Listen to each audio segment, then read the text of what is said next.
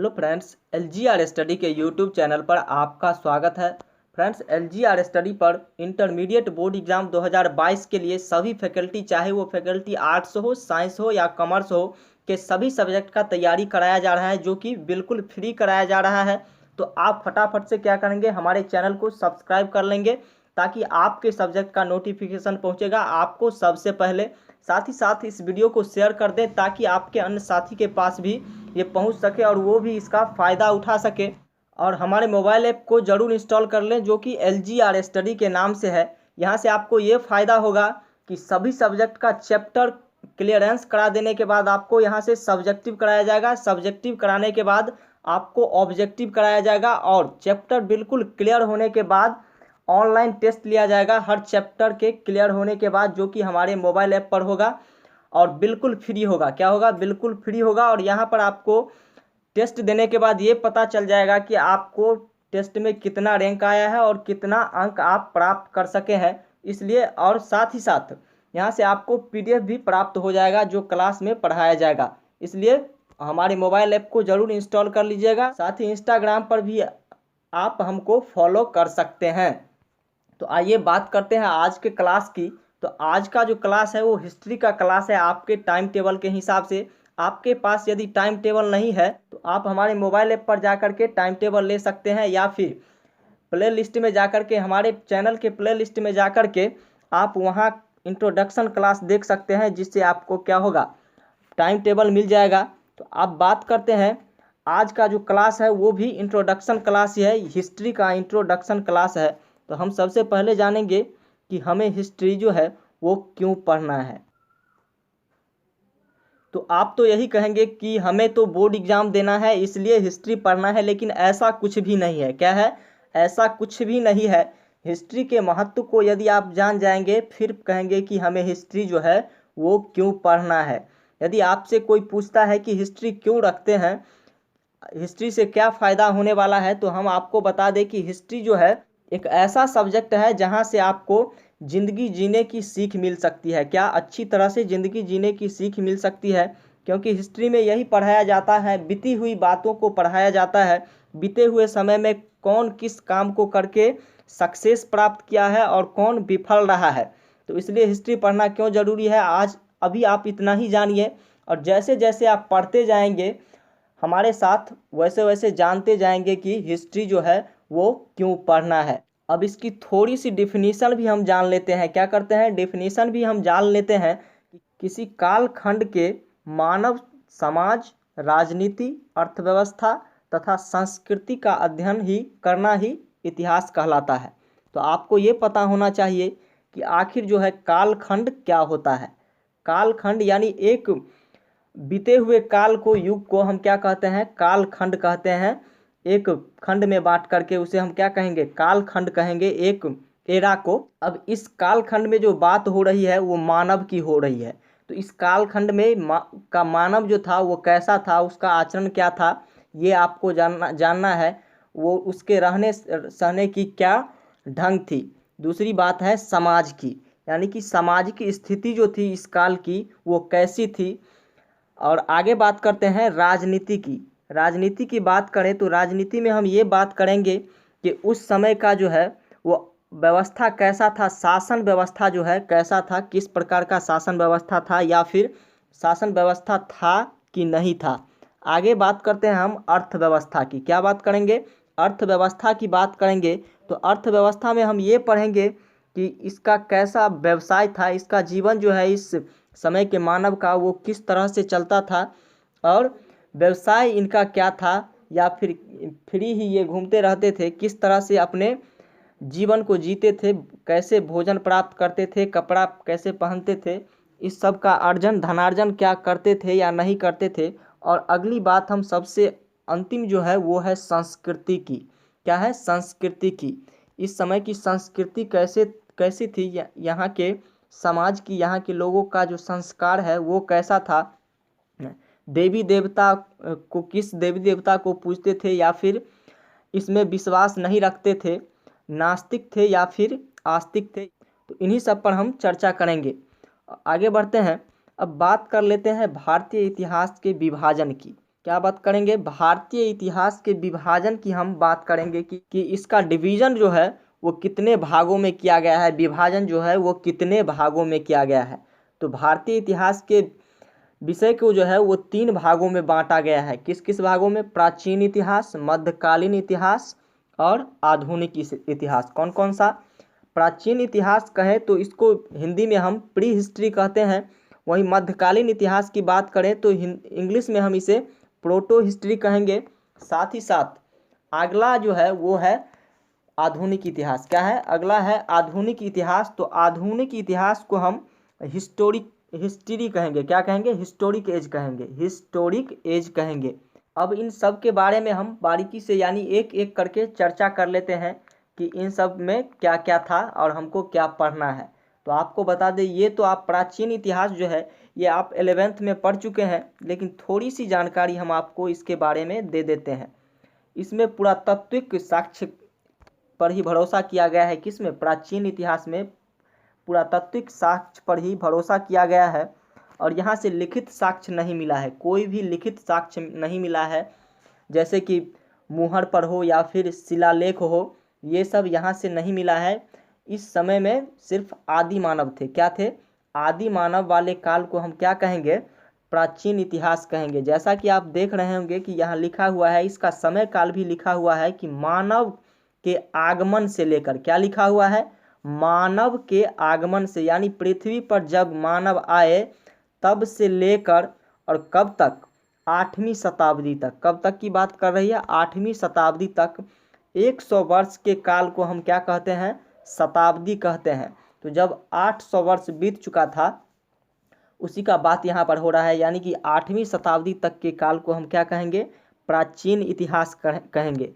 और कुछ इतिहासकारों का मानना है कि 701 ईस्वी से 800 ईस्वी के बीच का जो काल है उसे प्राचीन इतिहास का अंत माना जाता है। क्या माना जाता है? अंत माना जाता है। और इसी काल में ब्राह्मण, क्षत्रिय, वैश्य शूद्र होगा, यहाँ पर शूद्र हुआ करते थे। अब बात कर लेते हैं मध्यकालीन इतिहास की, जो हमें पढ़ना है। क्या करना है? आपके सिलेबस में है और आपको पढ़ना है। और सभी चैप्टर को हम एकदम बिल्कुल क्लियर तरीके से पढ़ाएंगे। जैसा कि हमने कहा कि चैप्टर को पहले लेक्चर वाइज पढ़ाया जाएगा, उसके बाद उसका सब्जेक्टिव पढ़ाया जाएगा। सब्जेक्टिव कराने के बाद आपको ऑब्जेक्टिव कराया जाएगा और उसके बाद ऑनलाइन टेस्ट भी लिया जाएगा। तो बात किसकी करेंगे? बात करेंगे मध्यकालीन इतिहास की। मध्यकालीन इतिहास में क्या है, कैसे हुआ, ये इसकी बात करेंगे। तो इस टाइम को हम क्या कहेंगे? प्रोटो हिस्टोरिक एज कहेंगे, यानी कि आद्य ऐतिहासिक काल। क्या कहा जाएगा इसको? मध्यकालीन इतिहास को आद्य ऐतिहासिक काल भी कहा जाएगा। और इसमें भी पुरातात्विक साक्ष्य मिले हैं। तब पुरातात्विक साक्ष्य क्या होता है, ये हम चैप्टर को शुरू, यानी कि आपका जो पहला चैप्टर होगा उसको शुरू करने के बाद आपको बता देंगे कि पुरातात्विक साक्ष्य क्या होता है, पुरावस्तु क्या होता है, पुरातत्व क्या होता है। और उसी में हम इस बात की भी चर्चा करेंगे, जैसा कि आप यहाँ पर देख रहे होंगे ईस्वी, आगे आपको पढ़ने को मिलेगा ईसा पूर्व, BC, AD, BC। अंग्रेजी वालों को ये पढ़ने को मिलेगा। अंग्रेजी में BC, AD, AC को क्या कहते हैं? हिंदी में ईस्वी, ईसा पूर्व को क्या कहा जाता है? किस काल में ईस्वी लगेगा, किस में ईसा पूर्व लगेगा, ये सब हम आपको बिल्कुल बारीकी से बताएंगे। नेक्स्ट जो आपका क्लास होगा टाइम टेबल के हिसाब से उसमें, और उसमें हम चैप्टर को भी शुरू करेंगे जो आपके सिलेबस का चैप्टर है। और इसमें जो है, इसमें अक्षर मिला है कहीं कहीं, जैसे कि मोहर पर मिला है, कहीं कहीं शिलालेख भी मिला है, लेकिन इसको पढ़ा नहीं जा सका है। इस समय के अक्षर को पढ़ा नहीं जा सका है। अब इसके समय काल की बात कर लेते हैं, यानी कि टाइम पीरियड की बात कर लेते हैं कि कब से कब तक इसका पीरियड यानी कि काल रहा है। तो 712 ईस्वी से लेकर के 712 ईस्वी से लेकर 1757 ईस्वी तक को हम क्या कहेंगे? मध्यकालीन इतिहास कहेंगे, यानी कि इसे आद्य ऐतिहासिक काल, प्रोटो हिस्टोरिक एज भी कहा जाता है मध्यकालीन इतिहास को। 712 ईस्वी में यानी कि मोहम्मद बिन कासिम के आक्रमण, ये भी आपको पढ़ना है, आपके सिलेबस में है और इसको भी हम पढ़ाएंगे। क्या है? मोहम्मद बिन कासिम के आक्रमण से लेकर प्लासी के युद्ध तक। प्लासी का युद्ध जो है ये अंग्रेज़ों के खिलाफ, यानी कि हमारी आज़ादी की पहली लड़ाई भी इसे मानी जाती है। हमारे आज़ादी को जो है वो शुरुआत की लड़ाई मानी जाती है किसको? प्लासी के युद्ध को। और कुछ इतिहासकार इसके बारे में मानते हैं, यानी कि मध्यकालीन इतिहास के बारे में मानते हैं कि 1707 ईस्वी तक, यानी कि जब तक औरंगजेब के बारे में भी आपको पढ़ना है। औरंगजेब जो थे वो मुगल वंश के शासक थे। कहाँ के? मुगल वंश के शासक थे। और इनके बाद से ही, इनकी सत्ता जाने के बाद ही क्या हुआ था? मुगल वंश का पतन होना शुरू हो गया था। और ये अकबर के कौन थे ये भी हम आपको बता देते हैं कि अकबर के ये लगभग पोता थे। कौन थे? पोता थे। और ये पौत्र थे अकबर के, और अकबर इनके दादा थे। किनके? औरंगजेब के। तो इनके बारे में भी हम आपको पढ़ाएंगे। तब तक इतना ही आप समझते चलिए। सबसे लास्ट जो आपका है वो है आधुनिक इतिहास। क्या है? आधुनिक इतिहास, यानी कि ऐतिहासिक काल इसे कहा जाता है। क्या कहा जाता है? ऐतिहासिक काल, हिस्टोरिक एज। क्या कहा जाएगा? हिस्टोरिक एज इसको कहा जाएगा। इसके समय काल की बात करें, लेकिन समय काल की बात करने से पहले हम इसके पुरातत्व साक्ष्य की बात कर लेते हैं। इसमें के राइटिंग को, लेटर को बात कर लेते हैं। इसमें राइटिंग का विस्तार जो है वो कितना था ये बात हम कर लेते हैं। तो सबसे पहले बात करते हैं पुरातात्विक साक्ष्य का। तो पुरातात्विक साक्ष्य जो है वो आधुनिक इतिहास में भी मिला है। क्या हुआ है? आधुनिक इतिहास में भी पुरातात्विक साक्ष्य मिला है। साथ ही साथ यहाँ जो लिखित मोहर था या फिर अन्य लिखित वस्तुएं थी उसको पढ़ा भी गया है, यानी कि उस पर इंगित अक्षर को पढ़ा भी गया है, विद्वानों द्वारा पढ़ा गया है।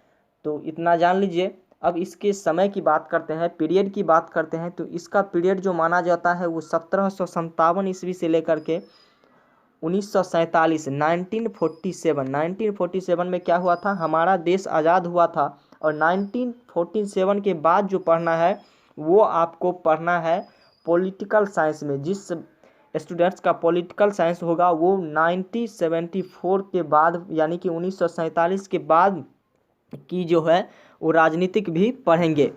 तो कब से कब तक के समय को, यानी कि आधुनिक इतिहास माना जाता है, ऐतिहासिक काल, हिस्टोरिक एज कहा जाएगा। वो समय है 1757 ईस्वी से लेकर के 1947 ईस्वी तक। यानी कि हमारी आज़ादी की लड़ाई जो शुरुआत हुई थी और इसका जो अंत हुआ था, इन सभी के बीच में क्या क्या हुआ ये हमें आधुनिक इतिहास में पढ़ने को मिलेगा। और ये बहुत ही रोचक होगा। इसी बात से अंदाज़ा लग रहा है कि ये कितना रोचक होगा। और जब हम पढ़ाएंगे तो आप बिल्कुल कंसेप्ट आपका इतना क्लियर हो जाएगा कि फिर आपको कहीं कोई गाइड पढ़ने का ज़रूरत ही नहीं पड़ेगा और आप आसानी से बहुत से अंक प्राप्त कर सकेंगे। कितना अंक प्राप्त कर सकेंगे ये तो आपके पढ़ने पर निर्भर है, जितना मेहनत करेंगे। यदि हम जितना पढ़ाते हैं और आप एक सीमित मेहनत करते हैं तो आप बहुत सारा अंक प्राप्त कर सकते हैं, जिसका हम अंदाज़ा नहीं लगा सकते हैं। ये आपके पढ़ने यानी कि मेहनत पर डिपेंड करता है। हम पढ़ाए ही और अब पढ़े ही नहीं तो मार्क कहाँ से मिलेगा? ये आपको सोचने वाली बात है। तो आइए, अब इतना समझने के बाद एक बार पुनः हम आपको क्या करते हैं, इसके डेफिनेशन पर ले जाते हैं। अब आपको इसका डेफिनेशन बिल्कुल समझ में आएगा। तो डेफिनेशन क्या था? किसी कालखंड के मानव समाज, राजनीति, अर्थव्यवस्था, संस्कृति का अध्ययन करना ही इतिहास कहलाता है। यानी कि बीते हुए समय को जो है इसमें क्या क्या हुआ इसी को ही इतिहास कहा जाता है। ये आपको समझ में आया होगा। अब बात कर लेते हैं आपके सिलेबस की। क्या बात करेंगे? अब आपके सिलेबस की बात हम करने वाले हैं कि आपके सिलेबस में क्या क्या पूछे जाने वाला है और कितना बुक है आपके सिलेबस में। तो आपके सिलेबस में जो है वो बुक है भारतीय इतिहास के कुछ विषय। क्या है? भारतीय इतिहास के कुछ विषय। और ये 3 पार्ट में बटा हुआ है। कितने पार्ट में? 3 पार्टों में बटा हुआ है। एक ही बुक का 3 पार्ट है। और किस किस लेसन को आपको पढ़ना है ये हम आपको बताते चलते हैं।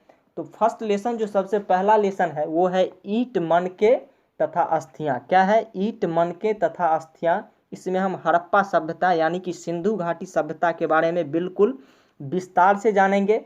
और दूसरा जो है, दूसरा लेसन की बात करें, चैप्टर की बात करें तो वो है राजा, किसान और नगर। क्या है? राजा, किसान और नगर। इसमें हमें आरंभिक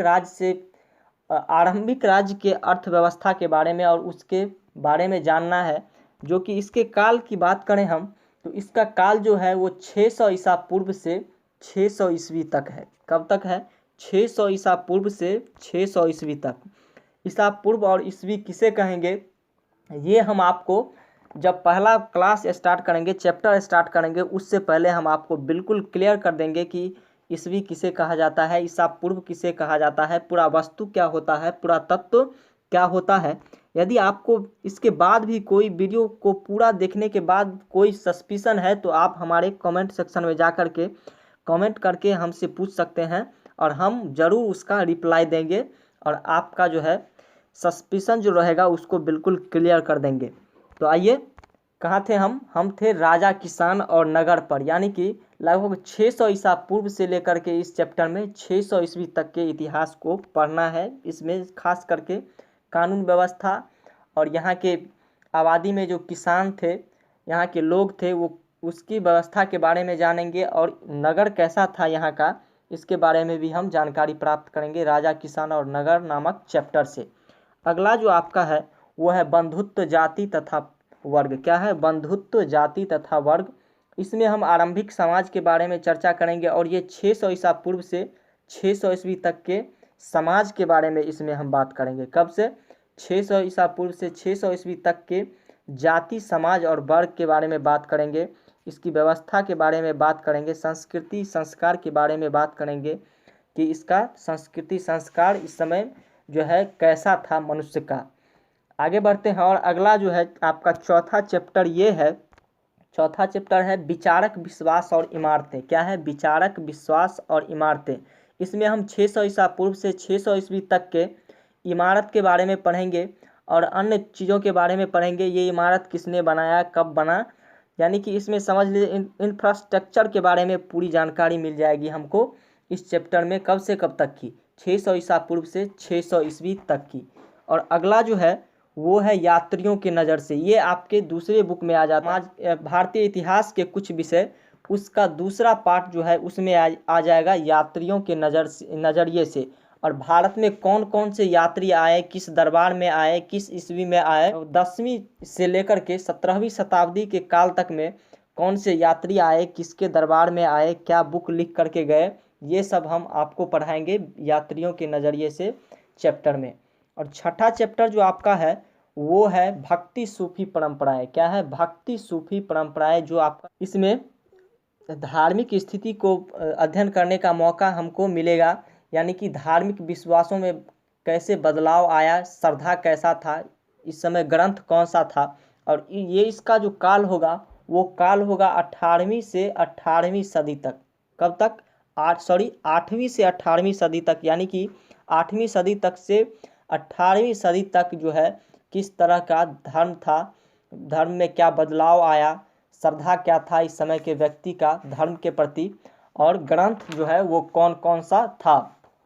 अब नेक्स्ट की बात करते हैं तो 7वां नंबर चैप्टर जो आपका है वो है एक साम्राज्य की राजधानी विजयनगर।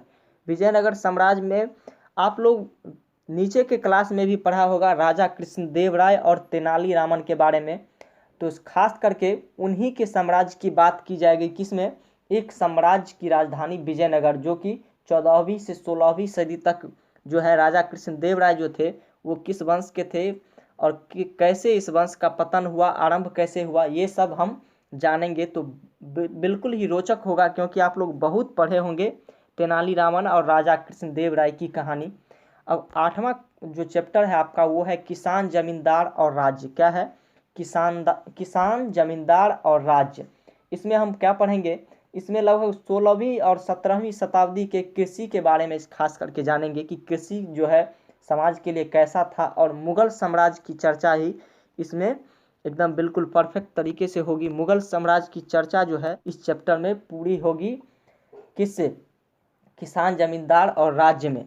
चलिए, और नेक्स्ट आपका जो है विषय 9 वो है राजा और विभिन्न वृत्तांत। क्या है? राजा और विभिन्न वृत्तांत है आपका 9वां चैप्टर।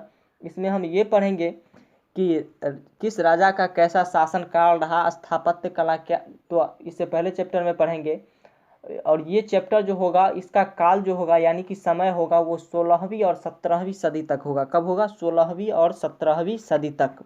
अब थर्ड पार्ट की बात करते हैं, यानी कि आपके बुक का जो थर्ड पार्ट है इसके बारे में बात करते हैं। और इसमें 10वां लेसन से चालू है, यानी कि 10वां, 9 लेसन तो हम यहाँ तक आपको क्लियर करा चुके हैं। 10वां लेसन ये है उपनिवेशवाद और देहात। क्या है, उपनिवेशवाद और देहात। इसमें सरकारी अभिलेखों का अध्ययन करेंगे, यानी कि उस समय के जो राजा थे, सम्राट थे, उसके सरकारी अभिलेख। अभिलेख का मतलब आप समझते हैं, अभिलेख का मतलब क्या होता है ये आपको हम बता देंगे। छोड़िए, अभी ही बता देते हैं कि अभिलेख का मतलब क्या होता है। उस समय में पत्थरों पर सम्राट द्वारा अपने राज्य में बहुत बड़े बड़े पत्थरों पर अपने कानून व्यवस्था को दर्शाया जाता था, ताकि इस कानून व्यवस्था को क्या हम उसके नागरिक जो थे उस साम्राज्य के, वो पढ़ सके और पालन कर सके। अब 11वें विषय की ओर चलते हैं। 11वां विषय जो आपका है, यानी कि चैप्टर जो आपका है, वो है विद्रोही और राज। क्या है, विद्रोही और राज। 1857 के आंदोलन के बारे में हमको पढ़ना है, खास करके इसमें 1857 के आंदोलन के बारे में हमको पढ़ना है, विद्रोही और राज में। आइए नेक्स्ट चैप्टर की बात करते हैं। तो ये 12वां चैप्टर आपका है, इसमें है औपनिवेशिक शहर। क्या है, औपनिवेशिक शहर। इसमें नगर नियोजन और स्थापत्य कला के बारे में हम पढ़ेंगे। अब अगले विषय की ओर बढ़ते हैं। अगला चैप्टर जो आपका है वो है महात्मा गांधी और राष्ट्रीय आंदोलन। देखिए लास्ट आते आते किस तरह का चैप्टर आ रहा है। अब महात्मा गांधी और राष्ट्रीय आंदोलन, यानी कि गांधी जी के बारे में हम बिल्कुल डिटेल में जानेंगे इसमें, और राष्ट्रीय आंदोलन के द्वारा कौन कौन सा हुआ इसके बारे में भी हम जानकारी प्राप्त करेंगे इससे। जैसे कि एक आंदोलन का हम नाम आपको बता देते हैं, सविनय अवज्ञा आंदोलन। सविनय अवज्ञा आंदोलन से आगे के सभी आंदोलन को देखेंगे। अब अगला विषय है आपका 14वां नंबर सब विषय है विभाजन को समझना। क्या है, विभाजन को समझना, यानी कि इसमें हम राजनीति के बारे में पढ़ेंगे, अपने अनुभव को पढ़ेंगे, उस समय के अनुभव को और स्मृति को पढ़ेंगे। और लास्ट जो आपका चैप्टर है वो है संविधान का निर्माण। क्या है, संविधान का निर्माण। संविधान का निर्माण कैसे हुआ, इसमें क्या कठिनाइयाँ आई, एक नए युग की शुरुआत समझ लीजिए आप, कि यहाँ से आपका एक नए युग की शुरुआत तो होने वाला है, हो जाएगा किससे, संविधान का निर्माण से। तो रखते हैं आज के लिए इतना ही। एक बार पुनः हम आपको कहना चाहेंगे, साथ ही इस वीडियो को शेयर कर दे ताकि सभी बच्चों के पास पहुंच सके और वो भी इसका फ़ायदा उठा सके। हमारे चैनल को सब्सक्राइब तो कर ही लीजिएगा, साथ ही साथ आपको मोबाइल ऐप को भी डाउनलोड करना काफ़ी आवश्यक है, इसलिए मोबाइल ऐप को डाउनलोड कर लीजिएगा ताकि आपको यहाँ से टेस्ट देने में कोई कठिनाइयाँ ना हो और PDF भी आप प्राप्त कर सकते हैं। तो आज के लिए इतना ही रखते हैं, मिलेंगे फिर नेक्स्ट क्लास में।